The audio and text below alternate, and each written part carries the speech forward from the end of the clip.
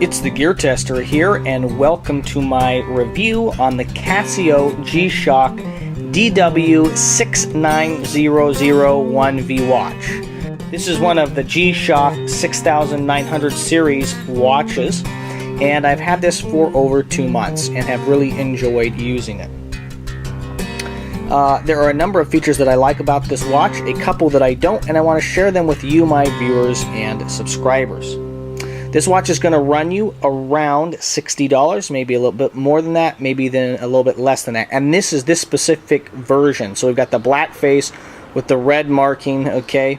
Casio and G-Shock manufacture a number of these 6900 version watches with a number of different colors and a number of different band styles or coloration. So you just need to be aware of that. This is probably the cheapest and simplest version they manufacture.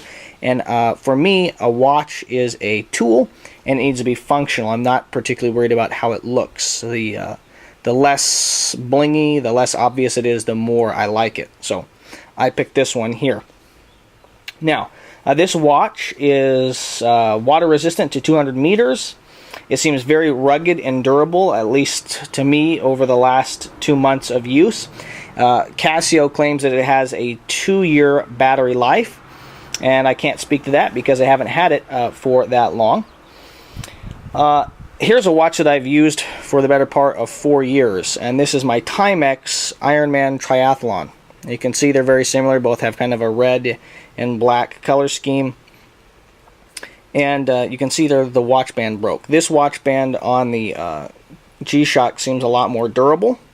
Okay, and it appears to me that they are easier to replace because they are more available. So that's just something to consider.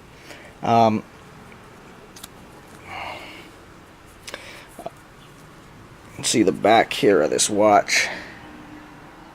Got the shock resistant stamp there on the back, and you know that's why they call it a G-Shock. It's supposed to be resistant to being banged around and smashed on things, brushing up against walls, hard work, hard use stuff. Now there are a couple things that I wish were different about this watch, and the G-Shocks, particularly this version of the G-Shocks, have been out for a while, and I wish that Casio would upgrade the watch a little bit. You can see here this Timex has a relatively larger face. Okay, so I could basically take these electronics and basically like interpose them there, and it would be simpler and you'd have a bigger watch face. It's strange to me that this watch, you know, the numbers are almost twice as big, okay, but the watch is significantly thinner, okay, and significantly just dimensionally a little bit smaller, and I actually prefer this. And I wish that G-Shock at least offered some watches that were of a smaller variety in their men's versions of watches. Now, another thing that I don't particularly like about the G-Shock is that the excuse me, is that the alarm is not very loud. Okay, the alarm on this watch, I've set it and it has not woken me up. And so when my cell phone goes off, it wakes me up. And when this watch goes off, and all the other timing devices that I've used have always woken me up. And a couple times this has not woken me up. It's not very loud. Another thing that bothers me a little bit about this watch is that if I push the light, and I don't know if you can see that it comes on there, but if you cycle, if you push through and then you have to push it again. So I can't push the light and cycle through, okay, the different options. So I can't, for instance, if it's dark, hit this, see what time it is, and then transition to see my alarm. You have to kind of keep pushing it and messing with it, and then if you go to adjust it, you have to keep pushing it.